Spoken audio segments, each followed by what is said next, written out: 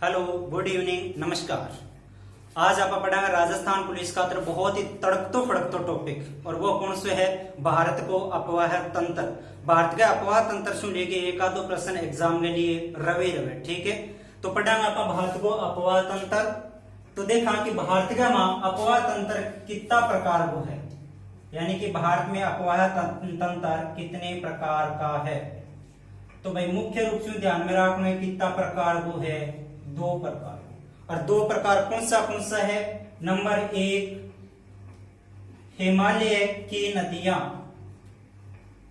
हिमालय की नदियां। और 2 नंबर की बात करूं तो 2 नंबर हो जाए वो प्रायद्वीपीय भारत की नदियां, भारत की नदियां। भारत के अफवाह तंत्र कितना प्रकार हुए? 2 प्रकार। कौन सा? हिमालय की नदियां, और दूसरा कौन सा है? प्रायद्वीप भारत की नदियां। अब अठवां एक प्रश्न थोड़ा सा गौर करियो। प्रश्न पूछो कि राजस्थान संबंधित एलडीसी एग्जाम 2018 में बिंग के पूछो गयो कि राजस्थान में अफवाह तंत्र कितने प्रकार का है। तो राजस्थान में अफवाह तंत्र कितना प्रकार हुए? 3 प्रकार हुए। राजस्थान का 3 प्रकार कौन सा है? अरब सागर की ओर जल ले जाने वाली नदियां, बंगाल की खाड़ी की ओर जल ले जाने वाली नदियां, और तीसरा कौन सा जुड़ गयो? आंतरिक प्रवाह की नदियां। जबकि 8 नदियां कितना प्रकार की है? 2 प्रकार की है, हिमालय की नदियां और प्रायद्वीपीय भारत की नदियां। यानी कि हिमालय से उदित होने वाली नदियां, चाहे वह बंगाल की खाड़ी की ओर जाए, चाहे वह अरब सागर की ओर जाए, बन के नाम से जानी गई हिमालय की नदियां। प्रायद्वीपीय भारत के में बात करा तो प्रायद्वीप भारत की नदियां, चाहे वह अरब सागर में जाए चाहे बंगाल की खाड़ी में जाए, तो बन के नाम से जानी प्रायद्वीपीय भारत की नदियां। तो ये सामान्य सी बात थोड़ा सा ध्यान में रखियो कि राजस्थान में अफवाह तंत्र 3 प्रकार हुए है, जबकि भारत का में कितना प्रकार हुए है? 2 ही प्रकार। ठीक है, अब पढ़ा आपा नदी, और नदी के मां बात करा हिमालय की नदियां। और हिमालय की नदियां में बात करी जाए तो नदी आ भाई सिंधु नदी। कौन सी नदी है? सिंधु नदी। बहुत ही जोर की है, डाडी जोर की। क्यों करे भैया इतनी जोर की? तो सिंधु नदी एगो पुरानो नाम की है इंडस। सिंधु को पुरानो नाम की है इंडस। भारत को नामकरण लेके और पुरानी जितनी भी सभ्यता हुई है, वह सभ्यता से कॉन्टेक्ट किंग रेडियो है, इस सिंधु नदी को रेडियो किया रेडियो है कि भारत को नामकरण हो। भारत ने आर्यवर्त के नाम से जानो कर्ण आर्य। ठीक है, वह लोग भी कटा अपने निवास स्थानों का सिंधु। इंडस से आपनो नाम के पढ़ो, इंडिया पढ़ो। ठीक है, तो इन हिसाब से लेके जितना भी लोग आया वह इस सिंधु नदी के किनारे बसे, और अंग आधार पर ही आपने भारत को नाम सिंधु दियो, सॉरी इंडिया दियो गयो, आर्यवर्त दियो गयो, जम्बू द्वीप दियो गयो, बहुत सारा नाम है जिसका की नदी से लेके पढ़े आपने भारत का। ठीक है, तो सिंधु नदी की बात कराएंगे उद्गम की। सिंधु नदी को उद्गम, तो सिंधु नदी को उद्गम हुआ तिब्बत से, खटू हुए तिब्बत से। अब देख लिया तिब्बत में खटू हुए, आ जाओ 88 आ जाओ ये जगह से। नेक्स्ट बनाइडो देखते हो आपने भारत को जम्मू कश्मीर। ठीक है, जो केंद्र शासित प्रदेश में है लद्दाख और जम्मू कश्मीर। ठीक है, तो वो बस इतना ही काम में लेना, क्योंकि सिंधु नदी बस इतनी दूर में पड़े। तो 8 देखा तो वो क्षेत्र कौन से 8 है? तिब्बत है। ये तिब्बत के मां एक झील है। झील कौन सी है? मानसरोवर झील है। कौन सी झील है? मानसरोवर झील। ध्यान में रखियो, इसी जिले का अपने राजस्थान में भी है। राजस्थान में जयपुर के मानसरोवर झील। ठीक है, नहीं कई बार एग्जाम में पूछ लियो राज्य की प्रथम बुलेट ट्रेन जो कि मानसरोवर लेके और चांदपुर के बीच के चली। ठीक है, नहीं तो थोड़ा सा ध्यान में रखियो। आ झील कौन सी है? मानसरोवर झील। ये मानसरोवर झील के कन्ने 8 एक हिमनद है। ठीक है, जैसे आपने भाषा में सिद्ध कह दिया का एक ग्लेशियर है। के 8 है? ग्लेशियर। और ये ग्लेशियर को के नाम है? तो इनको नाम है बोखरचुंग। ये ग्लेशियर को के नाम है? बोखरचुंग ग्लेशियर। ठीक है, ई ग्लेशियर से ही कौन सी नदी उदित हुए? सिंधु नदी उदित हुए, ठीक है नहीं। या तो अपन एग्जाम में के लिखे पावे वो खर्चू, या फिर अपन के मिलेगो मानसरोवर झील, ठीक है नहीं। ये मानसरोवर झील के किनारे अटल देखा तो लगभग 3 नदियां में उद्गम कर। एक तो सिंधु अपन पढ़ ली कौन सा ग्लेशियर से, बोखर चू ग्लेशियर से। एक अठे नजदीक के माठे से एक झील हो रहे राक्षसताल झील जो कि सतलज नदी को, और एक इंग पूर्व में है चेमयुंगदू, ठीक है, बठू व ब्रह्मपुत्र नदी को उद्गम। आगे धीरे धीरे पढ़ांगा अपन, ठीक है, ज्यादा लोड ना लियो दिमाग पर। अपन अठे के पढ़नी है सिंधु नदी पढ़नी है। उद्गम खटू पढ़ो या तो अपन मानसरोवर झील या फिर अपन के पढ़ांगा बोखर चूसी। उद्गम होगी और आपने भारत का प्रवेश करगी जम्मू कश्मीर, ठीक है। देखिए अब देखो जाए यानी कि पहले तो एक लद्दाख एक में बहती और अब आज 2 केंद्र शासित प्रदेश कौन से लद्दाख में बेवे और कौन से बेवे जम्मू कश्मीर का मामला। यानी कि इनको मैं लिखूं बहाव क्षेत्र, बहाव क्षेत्र, और बहाव क्षेत्र घटे हैं आपने भारत को, तो भारत का मां जम्मू कश्मीर और लद्दाख 2 केंद्र शासित प्रदेश का मां इनों की है अपना भारत का मां बहाव क्षेत्र, ठीक है। और इना हटागी पाकिस्तान मां, पाकिस्तान 1960 का मां सिंधु जल समझौता हो शिमला का मां, ठीक है। तो बठू लेगी समझौता के मां 3 नदियां ली गई, एक तो सिंधु ली गई और एक चिनाब ली गई और एक झेलम ली गई। तो भारत और पाकिस्तान के बीच को थोड़ा सा समझौता हो, और इस समझौता में अपन पानी दियो गयो 20%, पानी की तो दियो गयो अपन 20% और 80% पानी की दियो गयो पाकिस्तान में दियो गयो, ठीक है। और वो समझौता कब हो 1960 में।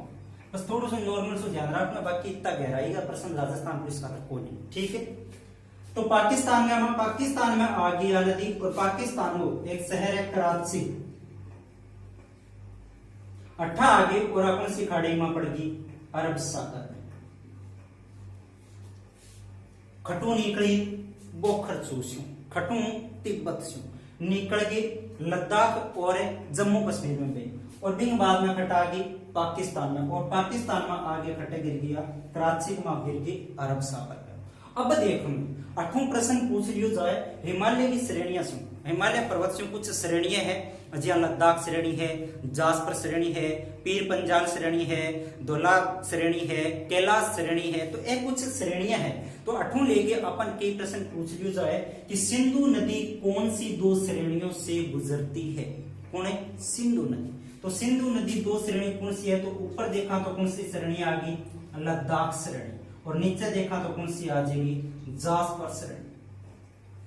यानी कि सिंधु नदी 2 श्रेणियां से गुजरे, कौन सी सु? एक लद्दाख श्रेणी से और दूसरी कौन सी है? जास्पर श्रेणी से। अट्ठे देखा तो दोनों श्रेणियों के बीच का सिंधु नदी एक गारज बनावे, जानिया की गारज की वे दरड़ो बनावे, ठीक है, गड्ढो जानिए, हाँ दरड़ो बनाया। और वो दरड़ो कौन सी 2 श्रेणियां बीच में बनावा? एक तो लद्दाख के बीच में और एक जास्पर के बीच में। यानी सिंधु नदी का भारत का ये सबसे बड़ा गार्ज है, और ये गार्ज को नाम की है, नाम है वो बुंजी गार्ज। के नाम है? बुंजी गार्ज है। गहराई कितनी कहेगी? गणी है जी, तो 5200 किलोमीटर, सॉरी 5200 किलोमीटर को नहीं 5200 मीटर है। गहराई कितनी है? 5200 मीटर। 8वां ध्यान में रखना है, विश्व को सारा गैरो गार्ज कौन सा है? मेरियाना कटे है प्रशांत महासागर में 11,033 मीटर गहराई है, और इनकी कितनी है? बुंजी गार्ज की 5200 मीटर इनकी की है गहराई। एक बात में देखा इस सिंधु नदी से संबंध में लद्दाख के आलोटिसी बनाती हूँ, इन पर एक परियोजना भी और संचालित है, और परियोजना कौन सी है? परियोजना है इन पर जल विद्युत परियोजना। कौन सी परियोजना? जल विद्युत परियोजना। देखो बाकी तो परियोजना में आप और पढ़ाना बहुत ही शानदार तरीके से पढ़ाना, पर एक बार थोड़ा सा ध्यान में रखना। आप कौन सी परियोजना है? जल विद्युत परियोजना, जल विद्युत परियोजना। और आज जल विद्युत परियोजना है तो कौन सी परियोजना, यानी कि इनको नाम की है, तो ये जल विद्युत परियोजना का नाम है निम्बो बाजगो। के नाम है? निम्बो बाजगो जल विद्युत परियोजना है कटे लद्दाख के में है, लद्दाख है आचली गांव का में, ठीक है भाई। कौन पूछे थोड़ा सा ध्यान में रखियो कि है कटे लद्दाख के में। ये निम्बो बाजगी परियोजना में कुल 3 इकाइयां हैं। कितनी इकाइयां हैं? 3 इकाइयां। और 3 इकाइयां की बात करा तो प्रत्येक इकाई की क्षमता है वह है 15 मेगावाट। प्रत्येक इकाई की क्षमता कितनी है? 15 मेगावाट है। तो प्रत्येक इकाई की 15 मेगावाट है, 3 इकाई है, तो कुल विद्युत क्षमता कितनी है? तो 15 3 45। तो निम्बो बाजगो जल विद्युत परियोजना की कुल क्षमता कितनी है? 45 मेगावाट है। और सारी की सारी विद्युत परियोजना किन मिले भाई? सारी की सारी मिले लद्दाख ने। सारी की सारी विद्युत किन मिले? लद्दाख ने मिले। एक बाद में सिंधु नदी के किनारे एक सिंधु घाटी सभ्यता भी पनपी है। कभी भी बाद में पढ़ाऊंगा, बस थोड़ा सा ध्यान में रखना है कि इनके किनारे सिंधु घाटी सभ्यता है। और भारत के कोई नगर, बढ़िया बात करा, कोई नगर है कि किनारे, तो कोई नगर इनके किनारे बिया को नहीं है, ठीक है। तो क्या चीज पढ़ी अपन? सिंधु नदी पढ़ी। सिंधु नदी को उद्गम या तो अपन मानसरोवर झील या फिर बोकर चूस्यू है खटे कस्बो तिब्बत का। कौन सा ग्लेशियर से हुई? बोकर चू ग्लेशियर से, ठीक है। सिंधु को पुराना नाम इन इंडस के नाम से जान। भारत का मां प्रवेश कर गई। और भारत का मां 2 केंद्र शासित प्रदेश भाई, लद्दाख और जम्मू कश्मीर का। आगे हटे पाकिस्तान। पाकिस्तान में आगे पानी आप लोग हटे घेर दियो अरब सागर का। यहीं पर एक जल विद्युत परियोजना बन रही है और परियोजना नाम की है निम्बो बाजगी जल विद्युत परियोजना। कुल क्षमता कितनी आएगी? 45 मेगावाट। और प्रत्येक की कुल इकाई की बात करें तो 3 इकाई है और प्रत्येक की क्षमता कितनी है? 15 मेगावाट। इस हिसाब से कुल कितनी होगी? 45 मेगावाट। अब देखा सिंधु की प्रमुख सहायक नदियां। सहायक नदी है कि नहीं? सहायक नदी तो है, कई सहायक नदियां हैं। सहायक नदियां, सिंधु की सहायक नदियां की बात करा तो आ जाएगी सतलज, ठीक है। एक बाद में चिनाब, रावी, व्यास, झेलम, निब्रा और गिलगित। गिलगित को भी ध्यान में रखियो, जिन्हें से ना आर्यट है लद्दाख के ऊपर अपने भारत को हिस्सों है। और गिलगित से एक नदी उदित वही रूप में नाम के रख दियो गिलगित रख दियो। यानी कि ए सारे की सारे की है ये सिंधु की सहायक नदियां हैं। सतलज, झेलम, चिनाब, रावी, व्यास और निब्रा और कौन सी है? गिलगित, ठीक है। नहीं आगे की तरफ समझना। अब अगली नदी पढ़ाएंगे सहायक नदी। और सहायक नदी कौन सी पढ़ावा? सतलज नदी। हाली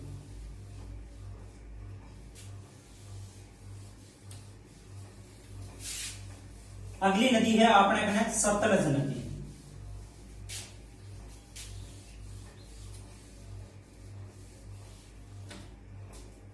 चर्चा ग्रामा सतलज की। सतलज, सतलज नदी के उद्गम की तो आप जिक्र कर ही चुके। कौन सी झील?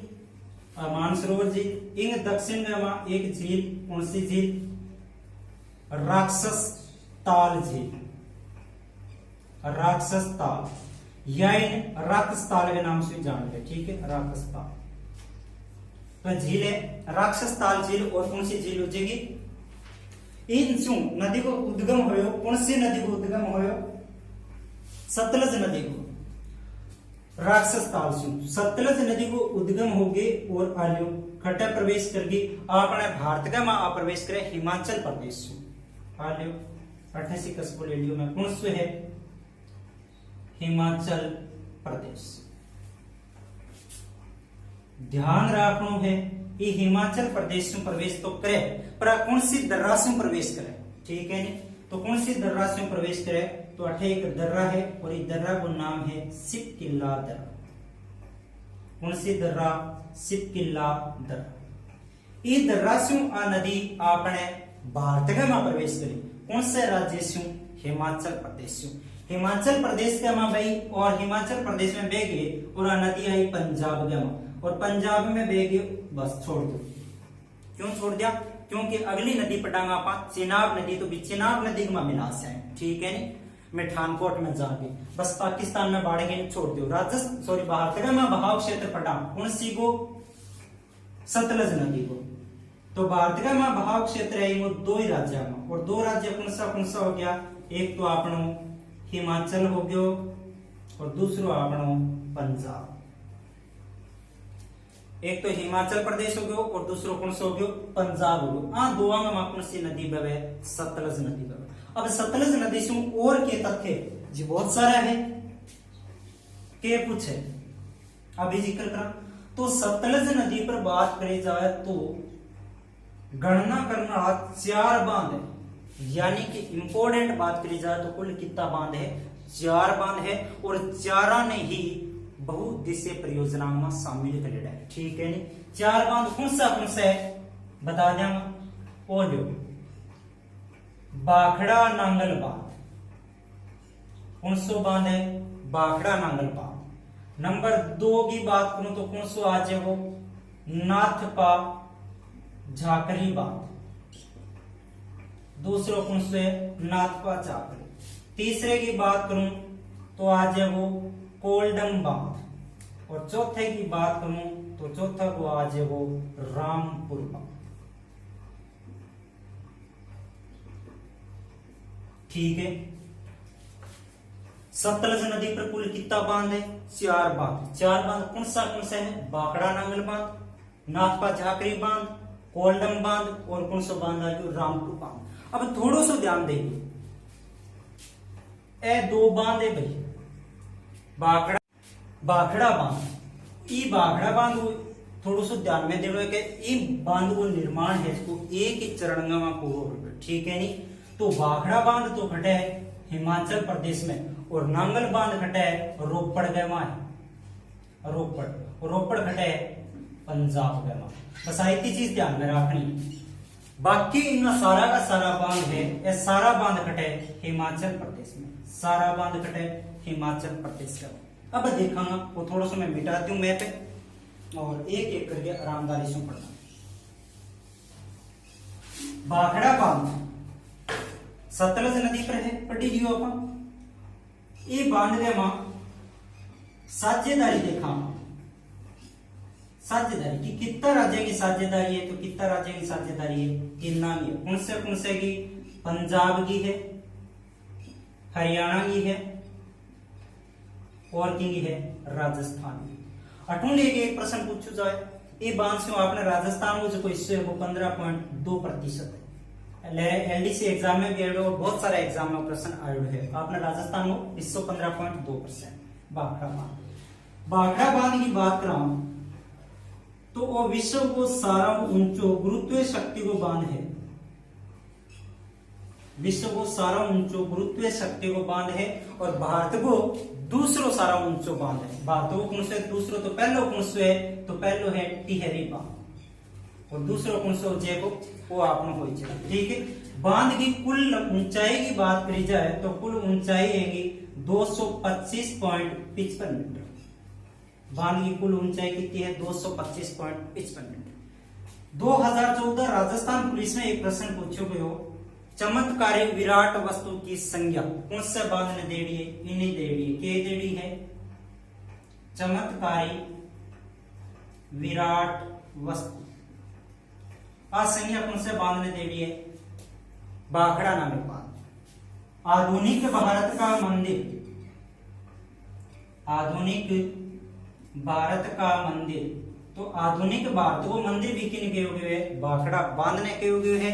जबकि परियोजना से संबंधित बात आवे तो बहुउद्देशीय परियोजना ने आधुनिक भारत को मंदिर के हुए। बांध की बात है कौन सा, नांगल बाखड़ा बांध, और परियोजना आ जाएगी तो बहुउद्देशीय परियोजना। एक बांध से कुल विद्युत की बात करी जाए तो 1498.3 मेगावाट विद्युत उत्पन्न करी जाए, कुल विद्युत कितनी उत्पन्न करी जाए, 1498.3 मेगावाट। तो आपने भारत ने कितनी मिले, भारत ने मिले इसमें 227.3 मेगावाट। भारत ने इसमें विद्युत कितनी मिले, 227.3 मेगावाट, और इसमें संपूर्ण उत्तर भारत लाभान्वित है। उत्तर भारत की बात करी जाए तो कौन सा जगह, जम्मू कश्मीर, पंजाब, हरियाणा, राजस्थान, उत्तर प्रदेश और उत्तराखंड, बांध की है लाभान्वित। ठीक है, अगली परियोजना इनकी है नाथपा झाकरी परियोजना। बाकी परियोजना में आरामदारी से पढ़ना, एक बार बस थोड़ा सा ध्यान में रह जाए। कौन सी है? नाथपा झाकरी। नाथपा झाकरी परियोजना ध्यान रखना है, भारत की प्रथम सबसे बड़ी बहुउद्देशीय परियोजना या फिर बिजली परियोजना है। ठीक है, सारा में बड़ी भूमिगत है। भूमिगत भारत की सबसे बड़ी भूमिगत जल विद्युत परियोजना कौन सी है? तो कौन सी है? नाथपा झाकरी है, खटे हिमाचल प्रदेश में। इनमें 250 मेगावाट की कुल 6 इकाई है। 250 मेगावाट की कितनी इकाइयां? 6। और कुल विद्युत क्षमता कितनी होगी? 1500 मेगावाट। और इसमें बात करा तो संपूर्ण उत्तर भारत की है, लाभान्वित है, यानी कि पंजाब, जम्मू कश्मीर, उत्तराखंड, हिमाचल प्रदेश, राजस्थान और उत्तर प्रदेश। ठीक है, ये इश्यू के है, लाभान्वित है। 28 मई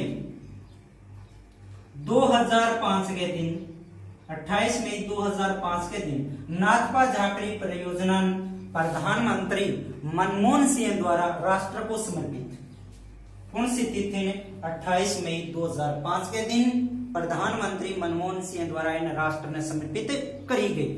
ठीक है, नाथपा झाकरी भूमिगत सबसे बड़ी जल विद्युत परियोजना है। ठीक है, अगली परियोजना कौन सी है? कोल्डम बांध जल विद्युत परियोजना। कोल्डम कौन सी नदी पर है? बस ये नदी पर है, यानी कि सतलज नदी पर। और इनमें कुल 4 इकाइयां हैं और प्रत्येक इकाई की क्षमता है 200 मेगावाट। क्षमता कितनी है? 200 मेगावाट, यानी कि कितनी होगी? 4 दूनी 8, यानी कि कोल्डम जल विद्युत परियोजना की कुल विद्युत क्षमता कितनी है? 800 मेगावाट। और इसमें की बात करा तो उत्तर भारत लाभान्वित है। अगली परियोजना कौन सी है? अपनी रामपुर बांध विद्युत परियोजना। रामपुर को ध्यान रखना है, भारत की प्रथम जल विद्युत परियोजना जिसे ISO 14001 और ISO 18001 वो प्रमाण पत्र मिलेड़ो है। प्रमाण पत्र, वो प्रमाण पत्र क्या खातर दियो जाए? उच्च क्वालिटी खातर दियो जाए। ठीक है, तो इनकी प्रदूषण भी बहुत कम है, काम भी इनमें ठीक है, आधुनिक तकनीकी द्वारा इनमें काम करियो जाए। ये वास्ते ISO 14001 और 18001 को इन्हें प्रमाण पत्र मिलेड़ो है। और प्रमाण पत्र प्राप्त करने वाली देश की प्रथम जल विद्युत परियोजना। अब देखा सतलज नदी के किनारे नगर, कोई नगर बसेड़े है कि? जी बसेड़े नगर कौन सा है? एक तो है फिरोजपुर बसेड़ो है, दूसरो लुधियाना बसेड़ो है, और एक पाकिस्तान वो है बहावलपुर। पाकिस्तान वो कौन सा है? बहावलपुर। बस आपनो ध्यान रखना है कि एक फिरोजपुर है और एक कौन सा है? लुधियाना बसेड़ो है। ठीक है, प्राचीन नाम की बात करी जाए तो इनको स्तुद्री नाम हो। प्राचीन के नाम हो स्तुद्री नाम हो। कौन सी नदी को? सतलज नदी को। इस हिसाब से सिंधु की सहायक नदी कौन सी? सतलज नदी। तो आशा करूं था ठीक लगे होगा। नदियों का पार्ट बहुत लंबो चौड़ो है, ये वास्ते आप इन्हें थोड़ो थोड़ो करके पढ़ांगा। और सागे ही बहुउद्देशीय परियोजनाएं वगैरह वगैरह सारी चीज पढ़ांगा। वीडियो ने लास्ट तक जरूर देखियो। थैंक यू, धन्यवाद।